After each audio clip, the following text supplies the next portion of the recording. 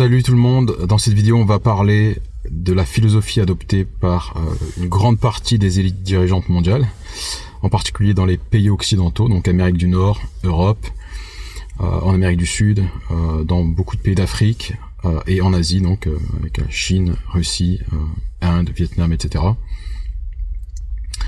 Donc on va parler du matérialisme dialectique, la philosophie du marxisme. Ce qu'il faut savoir, c'est que il y a donc deux courants marxistes, donc un peu comme dans les religions, si vous voulez. Chez les chrétiens, on a les catholiques et les protestants qui vénèrent le même Dieu, mais qui ne sont pas d'accord, donc qui ont des divergences donc sur la façon de vénérer le Dieu en question. Pour le marxisme, c'est pareil. On a donc deux courants marxistes, l'un qui est dominant dans les pays occidentaux et l'autre qui est dominant dans les pays d'Orient, Chine, Russie, Inde, etc. Aujourd'hui on va traiter de la partie matérialisme. Je répète, donc le matérialisme dialectique, c'est la philosophie du marxisme. Si je devais résumer le marxisme rapidement, je dirais que c'est une idéologie politique qui prône l'instauration du socialisme comme phase de transition entre deux systèmes économiques. Le socialisme, c'est la phase pendant laquelle on va instaurer progressivement toutes les conditions nécessaires pour passer du capitalisme au communisme. Je vais pas m'arrêter à cette définition parce que ce serait très réducteur. Le marxisme, c'est beaucoup plus vaste et complexe que cela. Alors je suis maudit, à chaque fois que j'essaie de faire une vidéo, il se met à pleuvoir et ça me perturbe. J'entends la pluie qui tombe là sur le toit de la voiture, ça m'énerve. On va essayer de continuer. Je vais essayer de traiter le sujet matérialisme dialectique en deux parties. Dans cette première partie, on va parler du matérialisme et la dialectique fera l'objet d'une seconde vidéo un peu plus tard lorsque j'aurai le temps. Donc à la base du matérialisme dialectique, on a d'abord l'idée fondamentale selon laquelle toutes les choses, tous les phénomènes, tous les processus de la nature, de l'univers, ne sont que de la matière en interaction et interconnexion avec d'autres formes de matière.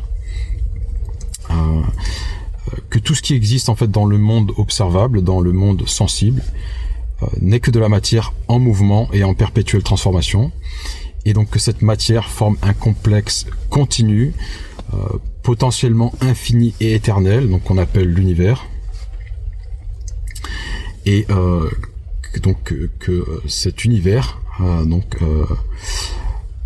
n'a probablement pas été le fruit d'un créateur, qui n'est pas le résultat d'une création divine, et n'est pas non plus le résultat du Big Bang, qui n'est donc qu'une théorie aussi, le Big Bang. On a potentiellement un univers qui est infini, qui est éternel, qui n'a jamais eu de début et qui n'aura jamais de fin. On part donc de ce principe.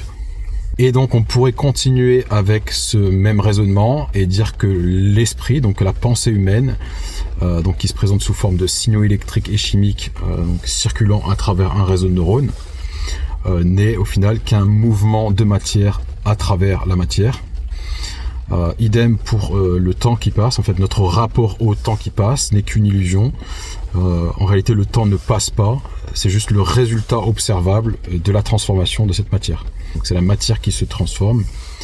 On a l'impression en fait qu'un chronomètre a été déclenché il y a des milliards d'années et qui continue encore aujourd'hui à compter les jours, les heures, les minutes, etc. Alors qu'en fait non. Pour faire simple, si la matière qui constitue l'univers est continue, si elle est une et indivisible, alors on peut dire que je suis une partie de vous et vous êtes une partie de moi, puisqu'on fait tous partie en fait de ce même amas de matière indivisible. Donc on a souvent l'impression d'être séparés les uns des autres, par la distance, par le relief, par les murs des bâtiments dans lesquels on se trouve, par l'air qu'on respire, l'air qu'on respire qui fait partie de l'atmosphère, qui constitue l'atmosphère. Donc alors qu'en réalité non, on baigne tous en fait dans cette atmosphère. Donc on est baigné par l'atmosphère et par conséquent on est tous connectés les uns aux autres en permanence. Ce qui fait que si une personne, donc même éloignée, une personne qu'on ne connaît pas, qui est très éloignée de nous, est affectée par un mal, on va être également affecté par ce mal, même si donc de façon moins intense, moins grave, souvent même de façon imperceptible, mais on va l'être quand même. Alors je vais donner quelques exemples pour illustrer ce que je viens de dire. Premier exemple, la catastrophe nucléaire de Tchernobyl en 1986. Donc en 86, il y a eu explosion d'un réacteur donc nucléaire situé à quelques 2000 km à vol d'oiseau de la France. Le nuage radioactif a traversé l'atmosphère, il a parcouru donc ces milliers de kilomètres pour venir irradier plusieurs régions françaises et leurs habitants. À proximité de la centrale, donc en Ukraine, de très nombreuses personnes sont décédées dans les heures qui ont suivi la catastrophe, donc décédées à cause donc des radiations, des fortes radiations auxquelles elles ont été exposées. Puis on a eu donc de nombreux cas de cancer qui se sont développés au fil du temps, des malformations à la naissance, etc.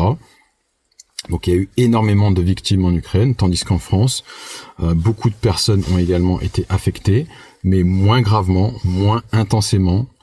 Donc on a eu des cas de problèmes de thyroïde et de cancer de la thyroïde, mais donc globalement le nombre de victimes en France est resté donc beaucoup plus faible qu'en Ukraine, donc mais donc voilà, on a quand même eu des personnes affectées par cette catastrophe. Ce qui me permet de dire donc que l'indépendance, donc par exemple l'indépendance entre deux pays, c'est-à-dire peu ou pas d'interaction donc pas d'ingérence donc avec des pays tiers, c'est pas réellement possible en fait, ça n'existe pas. Un deuxième exemple qui va conforter, donc qui va venir étayer ce que je viens de dire, c'est-à-dire l'impossibilité donc d'avoir un pays indépendant et souverain, c'est donc l'exemple du partage des eaux, donc partage de l'eau. Imaginez donc un fleuve qui traverse deux pays. Dans le premier pays, on va construire des barrages pour faire tourner des centrales électriques. Dans le deuxième pays, les gens ils n'ont plus suffisamment d'eau pour irriguer des cultures, par exemple, à cause donc de la construction des barrages donc dans le premier pays. À ce moment-là, qu'est-ce qu'on fait? Les deux pays sont soi-disant indépendants et souverains, c'est-à-dire que l'un ne peut pas intervenir dans l'autre et vice-versa. Donc qu'est-ce qu'on fait? Est-ce qu'on se fait la guerre? Voilà, comment est-ce qu'on résout ce problème? Vous voyez que l'indépendance, la souveraineté, c'est quelque chose de très compliqué à réaliser en fait, en tout cas dans la réalité, dans le monde dans lequel on vit en fait, c'est pas possible. Alors troisième et dernier exemple, cet exemple il est un peu plus abstrait. Donc je vais prendre l'exemple d'une personne donc qui va d'une personne donc dont le sort va venir affecter le destin de plusieurs autres personnes qui n'ont aucun rapport avec la première. Alors on va dire que ça se passe aux États-Unis puisque c'est assez fréquent là-bas. Donc imaginez une classe de lycée dans laquelle se trouvent certains élèves issus de familles bourgeoises. On a des élèves issus de classe moyenne, et on a des élèves issus de familles pauvres. On a un élève donc qui est très pauvre, et cet élève, il vient d'en faire en fait dans sa classe, dans son lycée, puisqu'il fait, il est l'objet donc de moqueries en fait de la part de ses camarades. Donc ses camarades se moquent de lui parce qu'il a régulièrement il porte régulièrement les mêmes habits. Il a donc des résultats scolaires donc mauvais. Ses résultats scolaires sont mauvais. Il parle peu, enfin il communique peu avec les autres. Il est pas très souriant. Bref, ses camarades donc le voient comme quelqu'un donc marginal, de taciturne. Donc voilà, il a le parfait profil donc de la tête de Turc, le défouloir. Et sa situation donc à cet élève ne s'améliore pas puisque ses parents n'ont pas les moyens de l'habiller. Ses parents se disputent régulièrement par rapport à des problèmes d'argent. Donc les fins de mois sont difficiles. Et donc cet élève, il a vraiment du mal à se concentrer, en fait, que ce soit en cours ou à la maison. Et il a du mal à se concentrer et donc ses résultats scolaires continuent de se dégrader. Puis il y a également le fait que aucune fille ne veut sortir avec lui. Il est la risée de la classe. Et un beau jour, en fait, il débarque en fait dans son lycée. Il sort un fusil d'assaut et il commence à tirer à vue sur tout ce qui bouge en fait. Il tire en fait de façon aléatoire sur les élèves qui croisent son chemin, qui ont le malheur de croiser son chemin. Donc il fait un carnage. Parmi les victimes, donc on a donc beaucoup d'élèves qui ne le connaissaient pas et qui n'ont donc jamais participé aux moqueries. Donc la morale de l'histoire, c'est que si on a une personne en fait qui est affectée par un mal, ce mal, donc même si c'est une personne que vous ne connaissez pas, dont le sort vous importe peu, donc dont le sort donc ne vous fait ni chaud ni froid, ce mal en fait qui affecte cette personne peut vous affecter directement. Donc dans cet exemple, il vous affecte directement si vous êtes une de ses victimes, ou indirectement si vous êtes le parent d'une victime, toujours si on prend l'exemple. Donc voilà. Donc tout ça pour dire que on vit dans un monde où tout est lié, où tout est interconnecté, et on se doit en fait de tenir compte en fait de ces interactions, de ces connexions.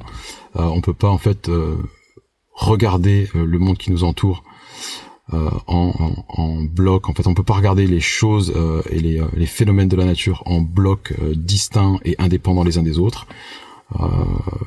Autrement, on va avoir une mauvaise analyse du monde qui nous entoure. Il faut donc regarder ces choses et ces phénomènes en tenant compte donc des interactions, des connexions entre elles. Donc voilà, c'est tout pour cette vidéo, c'est tout pour cette partie sur le matérialisme. La prochaine vidéo sera probablement en rapport avec la dialectique la loi de la contradiction. Je vous remercie d'avoir regardé cette vidéo, surtout si vous l'avez regardée jusqu'à la fin. Si vous voulez me soutenir, écoutez, partagez la vidéo, likez, laissez un commentaire, abonnez-vous à ma chaîne et surtout, si vous voulez me soutenir financièrement, vous pouvez acheter mon livre, que ce soit au format papier ou e-book. Il est disponible sur Amazon. Alors c'est un bouquin que j'ai. Alors là j'ai le soleil là qui me tape sur le visage. Donc c'est un bouquin que j'ai écrit que j'ai commencé à écrire en 2021, donc pendant le Covid. Que j'ai donc ça m'a pris à peu près 2 ans pour le terminer. Que j'ai publié en 2023. Donc allez jeter un coup d'œil sur Amazon et si vous le prenez, si vous le lisez, donc il est assez court, c'est en 1h30 c'est bouclé. Écoutez, pensez à laisser un commentaire, dites-moi ce que vous en pensez sincèrement en commentaire sur Amazon, sur le site d'Amazon. Donc voilà, c'est voilà les possibilités que vous avez en fait pour me soutenir, pour m'aider en fait. Donc je vous dis un grand merci. Je remercie tous ceux qui le feront et je vous dis à la prochaine vidéo. Allez, salut.